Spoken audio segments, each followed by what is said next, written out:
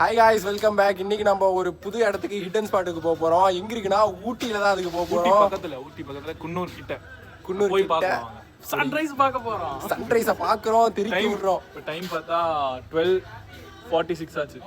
12:46. போற வழியில என்னென்னலாம் நடக்குது, என்னென்னலாம் சம்பவம் பண்றோம்னு உங்களுக்கு ஃபுல்லா அப்டேட் கொடுக்குறோம். தொடர்ந்து பார்த்துக்கிட்டே இருங்க காய்ஸ். இன்றைக்கி நம்ம குன்னூரில் இருக்க ஒரு ஹிடன் சன்ரைஸ் ஸ்பாட்டுக்கு தான் போக போகிறோம். பெட்ரோல்லாம் அடித்து முடிச்சுட்டு காரை எடுத்துகிட்டு கிளம்ப தொடங்கியாச்சு. தொடர்ந்து வீடியோவை பார்த்துக்கிட்டே இருங்க. என்னென்ன சம்பவம் நடக்குதுன்னு உங்களுக்கு ஃபுல்லாக அப்டேட் கொடுக்குறேன். காரை ஸ்டார்ட் பண்ணி கொஞ்சம் தூரம் கூட போகல, போனதை உடனே வைபாக ஆரம்பிச்சிருச்சு. பாட்டை போட்டுக்கிட்டு உள்ளுக்குள்ளேயே வைபாகிக்கிட்டு எல்லாரும் தலையும் முன்னாடி பின்னாடி ஆடிக்கிட்டே வருது. எல்லோரும் ஜாலியாக பேசிக்கிட்டு அப்படியே வந்து கத்திக்கிட்டே போய்கிட்டு இருக்கோம். அடுத்து சத்தியமங்கலம் காட்டுக்குள்ளே என்ட்ரியை கொடுத்தோம். ஃபுல்லாக மான்களாக இருந்தது. நாங்கள் கார் வரதை பார்த்தோன்னே மான்லாம் உள்ளே ஓடிடுச்சு. அதனால் கரெக்டாக அதை கேப்சர் பண்ண முடியல. மேலே பார்த்தா நிலா பளீர்னு அடிச்சுக்கிட்டு இருக்கு. கீழே காடு ஃபுல்லாக இருட்டு, மேலே வெளிச்சம். ரெண்டுத்துக்கும் காம்பினேஷனே இல்லை. சரி விடுங்க. சத்தியமங்கலம் காடுன்னு சொன்னோடனே ஞாபகம் வந்த ஒரு ஆள், அது யாருன்னா வீரப்பன்.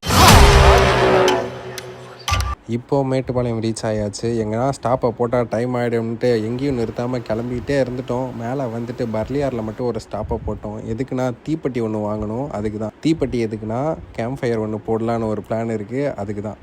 தீப்பெட்டியை வாங்கிட்டு பார்க்கிங்கில் இருந்த காரை எடுத்துகிட்டு கிளம்பலான்னு போகும்போது ஒரு மரத்துக்கு நடுவில் இருந்து அழகாக நிலா எட்டி பார்த்துக்கிட்டு இருந்தது. இப்படியே மாறி மாறி பார்த்துட்டு இருந்தால் எப்படி போகிறதுன்ட்டு காரை எடுத்துகிட்டு கிளம்ப ஆரம்பித்தாச்சு. அடுத்து நின்னா ஸ்பாட்டில் தான்டா நிற்கிறோன்னு ஒரு முடிவோட கார் எடுத்துகிட்டு கிளம்புனோம். சொன்ன மாதிரியே அடுத்த ஸ்டாப்பிங்கை ஸ்பாட்டில் தான் வந்து போட்டோம். அங்கேருந்து ட்ரெக்கிங் பண்ணி ஒரு 500 மீட்ரு போகிற மாதிரி இருக்கும் அப்படின்னு சொல்லி சொன்னானுங்க. சரி ஓகே அப்படின்னு சொல்லிட்டு நடந்தால் 1 கிலோமீட்டருக்கு மேலே நடக்க விட்ற மாதிரி இருக்குது. நாங்களும் நடந்து போய்கிட்டு இருக்கோம். ஒரு நைட்டு நேரத்தில் காட்டுக்கு நடுவால் போய்கிட்டு இருக்கோம். எப்படி போகணும் சொல்லுங்கள்? அமைதியாக கொஞ்சம் சைலண்ட்டாக வரணும்ல. ஆனால் இவங்க வர்றது எப்படி தெரியுமா இருந்தது? கொஞ்சம் அந்த ஆடியோவை கேளுங்க.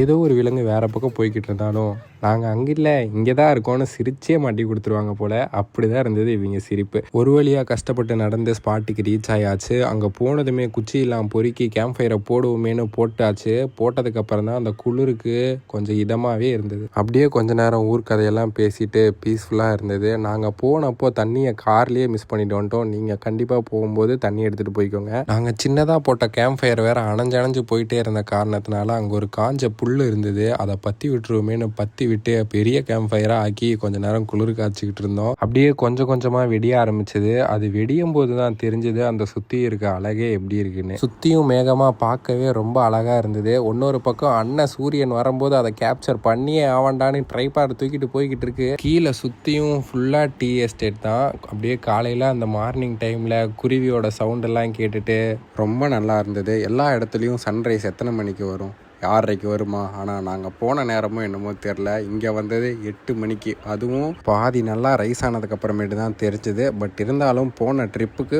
ஒர்த்தாக தான் இருந்தது. அதுக்கப்புறமேட்டு கொஞ்சம் நேரம் உட்காந்து அந்த சூரியனை ரசிச்சுட்டு ஊர் கதையெல்லாம் பேசிட்டு அங்கேருந்து கிளம்ப ஆரம்பித்தோம். கிளம்பி கொஞ்சம் தூரம் வந்ததுக்கப்புறம் தான் தெரியுது இந்த வழியிலேயாடா வந்தோங்கிற மாதிரி தான் இருந்தது. நைட்டு நேரத்தில் எதனா ஒரு விலங்கு இது உள்ளுக்குள்ளே படுத்திருந்தா கூட ஒன்றுமே தெரிஞ்சிருக்காது. நல்ல வேளை நாங்கள் போனப்போ எதுவும் வரல. நீங்கள் இந்த இடத்துக்கு போனீங்கன்னா பார்த்து சேஃபாக போங்க. அண்டு வந்து இந்த இடத்துக்கு பேர் என்னென்னா எக்கோ ராக்ஸ். இது கரெக்டாக எங்கே இருக்குன்னா குன்னூருக்கு முன்னாடியே இருக்குது. நீங்கள் கூகுள் மேப்பில் போட்டிங்கன்னா கூட இந்த ஸ்பாட்டை கரெக்டாக காமிச்சிரும். வழியெல்லாம் இப்படி தான் இருக்கும். இங்கே பாருங்கள் வழி எப்படி இருக்குன்னு மட்டும்.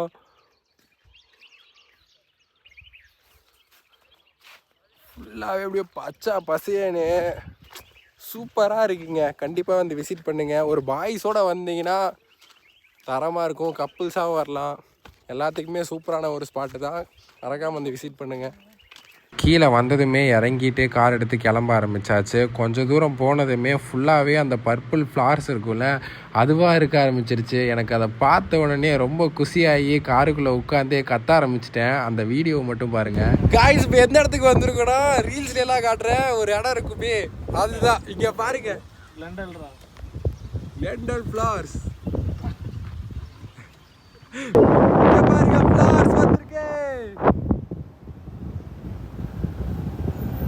பார்த்த குசியில் அந்த பூவை ஃபோட்டோ வீடியோலாம் எடுத்துக்கிட்டு இருந்தோம். அடுத்த ஸ்பாட்டு டனலுக்கு போக போகிறோம். எக்கோ ராக்ஸ்லேருந்து வர வழியிலேயே தான் இந்த டனல் இருக்குது. காய்ஸ், இப்போ நம்ம டனலில் பார்க்க தான் போயிட்டுருக்கோம். டனலுக்கு இங்கே பாருங்கள் ரூட்டை, ஒரே ஆஃப் ரோடு ரூட்டாக இருக்குது. இந்த வழியாக இறங்கி அப்படியே அங்கே போனோம்னா அதுவும் அங்கே இருக்க டனலுக்கு தான் நம்ம இப்போ போக போகிறோம். அங்கேருந்து கீழே நடக்க ஆரம்பிச்சாச்சு. கீழே போனதுமே ஒரு இடத்த பைசன் கெத்தாக உட்காந்துக்கிட்டு இருந்ததுங்க.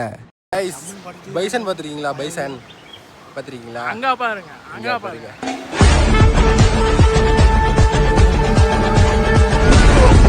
பைசன் எல்லாம் பார்த்துட்டு அதுக்கு ஒரு டாட்டாவை போட்டு அங்கேருந்து டனலுக்கு போவோமேன்னு சொல்லிட்டு கொஞ்சம் தூரம் நடந்து டனலுக்கு வந்தாச்சு. இந்த டனலை 1904 கட்டியிருக்காங்க. ரொம்ப பழமையான ஒரு டனல் போல். அப்போவே அந்தளவுக்கு டெக்னாலஜியோட இந்தளவுக்கு கருங்கல்லாம் வச்சு ரொம்ப நல்லா கட்டியிருந்தாங்க. நாங்கள் அந்த டனலுக்குள்ளேயெல்லாம் போயிட்டு கொஞ்ச நேரமாக பேசி சிரிச்சுட்டு வீடியோலாம் எடுத்துக்கிட்டு இருந்தோம்.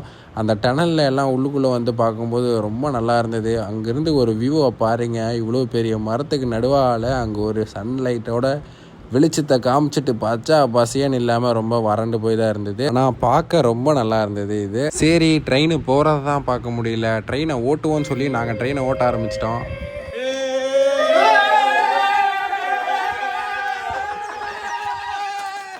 கைஸ், இந்த இடத்த நான் ஒரே ஒரு விஷயத்தை மட்டும் சொல்லிக்க ஆசைப்பட்றேன். நீங்கள் ஒரு இடத்துக்கு போகிறீங்க அப்படின்னா நிறையா மெமரிஸை முடிஞ்ச அளவுக்கு கலெக்ட் பண்ணுங்கள்.